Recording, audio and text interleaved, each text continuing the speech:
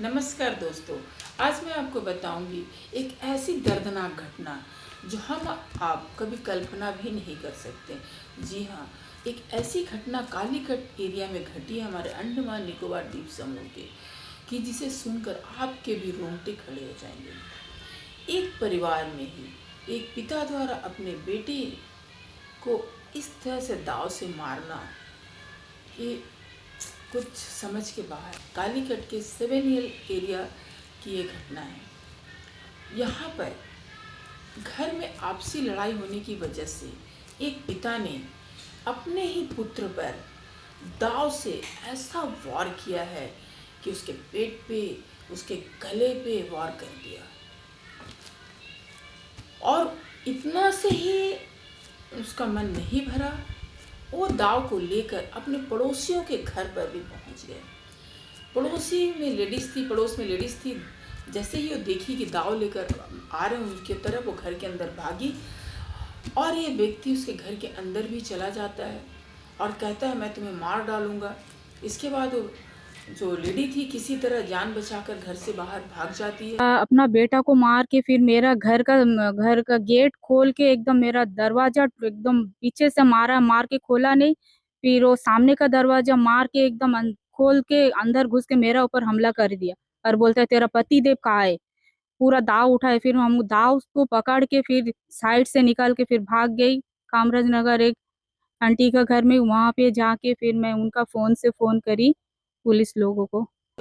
इसके बाद ये पड़ोस के दूसरे घर में घुसने की कोशिश करता है। तो वहाँ पर जो महिला थी वो जब देखती है कि ये व्यक्ति को इसके घर से निकला दाव लेकर, वो फटाक से अपने घर में अपने बच्चों को अंदर से बंद करके कुंडी लगा देती है और ये खोल नहीं पाता है। इन लोग को मारने के बाद इनको तो भगा दिया, फिर उसके बाद हम लोग को आके दरवाजा पूरा लात मारा, खून खून है पूरा। हम लोग तो हुक मार के बच्चे लोग को लेके घर में ही था।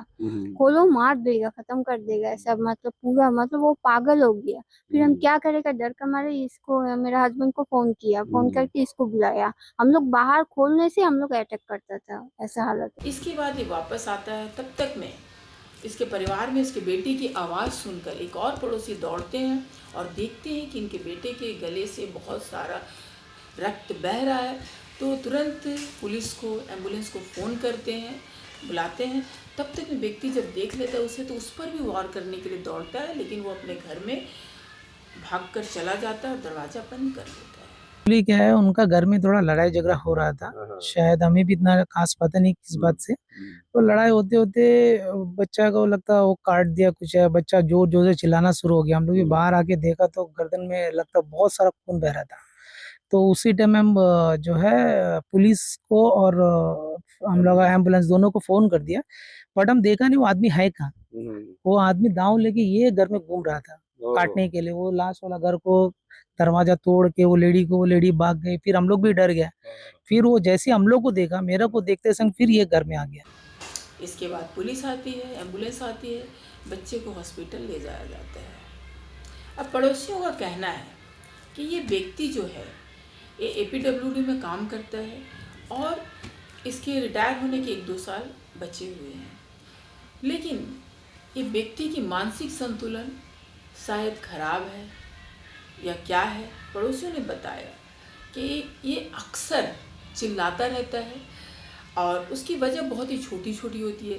जैसे कि रास्ते पे अगर कोई कार खड़ा कर लिया तो उसकी वजह से चिल्लाएगा कि यहाँ गाड़ी क्यों खड़ा करके रखा है, या कोई व्यक्ति उसकी तरफ देख रहा हो या उसके घर की तरफ देख रहा हो तो भी वह चिल्लाता है कि मेरे तरफ क्यों देख रहा है, मेरे घर की तरफ क्यों देख रहा है करके चिल्लाना शुरू करता है, लड़ाई शुरू करता है।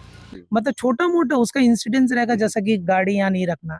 उसके लिए उसको बहुत सारा प्रॉब्लम हो जाए। उनको तरफ देखने से भी उसका प्रॉब्लम है, उनका घर का सामने कोई गाड़ी रखने से भी उनका प्रॉब्लम है।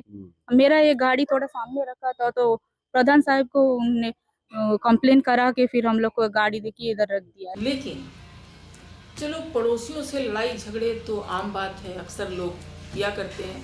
पर अपने ही घर में अपने ही बेटे पे वार करना, सोचिए। और वो बेटा JNRM कॉलेज में पढ़ता है जिसका नाम है अभिषेक।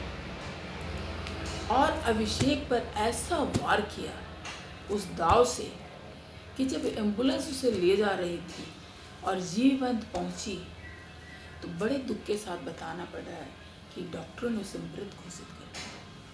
सोचिए उस माँ के बारे में, जिस माँ ने अपनी आंखों से इस मंजर को देखा कि उसका ही पति उसके बेटे का कातिल बना, उस पर क्या बीत रही होगी। एक तरफ बेटा, एक तरफ पति। सोचिए वो कैसी मंजर रही होगी जब एक माँ के सामने इतनी बड़ी घटना घट गई। उसके जीते जी उसकी आंखों के सामने उसके बेटे को मार डाला गया। कैसा लगा होगा। एक बच्चा जब जन्म लेता है तो माता पिता कितने खुश होते, कितने मन्नतों के बाद बच्चे का जन्म होता, कितनी देखभाल करते हैं। लेकिन वहीं पर बड़े होने के बाद अगर एक पिता उस बच्चे की हत्या कर दे तो कैसा लगेगा। अब इस व्यक्ति को तो पुलिस पकड़ कर ले गई है, फॉरेंसिक टीम भी आ गई जांच पड़ताल करने के लिए। अब ये समझ नहीं आ रहा इसकी मानसिक संतुलन सही है या नहीं है।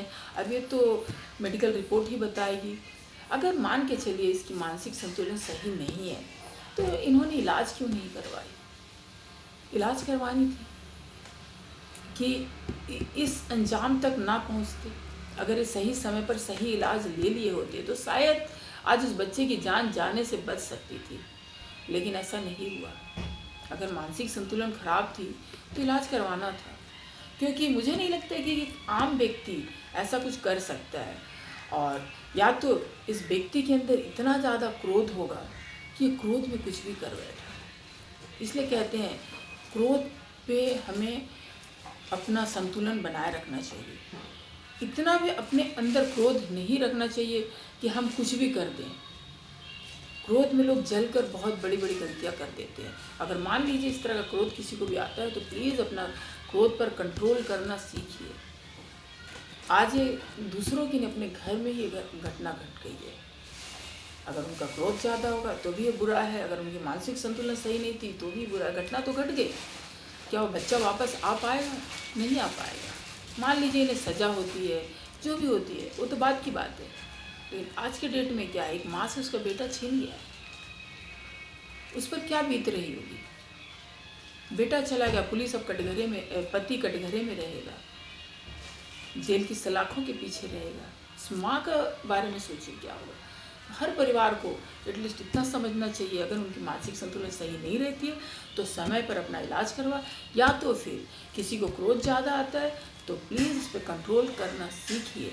कभी कभी ये चीज़ दूसरों के लिए तो हानिकारक होती है, अपने घर के लिए भी हानिकारक होती है।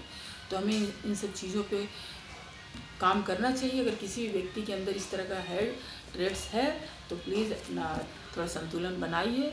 और मैं तो यही कहूँगी, जो हादसा हुआ बहुत ही बड़ी दुखद हादसा थी जो कालीघाट में घटी है, उस बच्चे की जान चले। मैं तो भगवान से यही प्रार्थना करती हूँ कि उस बच्चे की आत्मा को शांति दे। बहुत बुरा लग रहा है कि जो बच्चा अभी सपना देखना शुरू ही किया होगा कि मैं कॉलेज जाऊँगा, कॉलेज की पढ़ाई पूरी करूँगा, उसके बाद में इस जॉब में जाऊँ, उस जॉब में जाऊँ।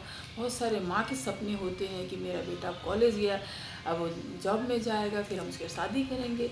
बहुत सारे सपने देखते हैं, हर पेरेंट देखता है, मैं भी देखती हूँ। तो इस तरह से सपने होते हैं हर किसी के। आज वो सारे सपने उस माँ के टूट गए। बच्चा तो गया ही, वो तो दुनिया देखना बंद ही कर दिया, लेकिन उस माँ के भी तो सब कुछ खत्म हो गया। तो भगवान उस माँ को भी हिम्मत दे इन सब चीज़ों से बाहर निकलने की। मैं तो यही प्रार्थना करूँगी भगवान से। तो दोस्तों, आप लोगों को क्या लगता है, इस व्यक्ति ने जो किया तो इसे अब किस तरह की सज़ा देगी तो पुलिस ही समझे।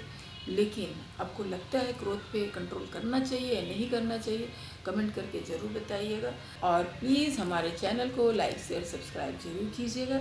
हमारे वीडियो देखने के लिए आप सबको बहुत बहुत धन्यवाद।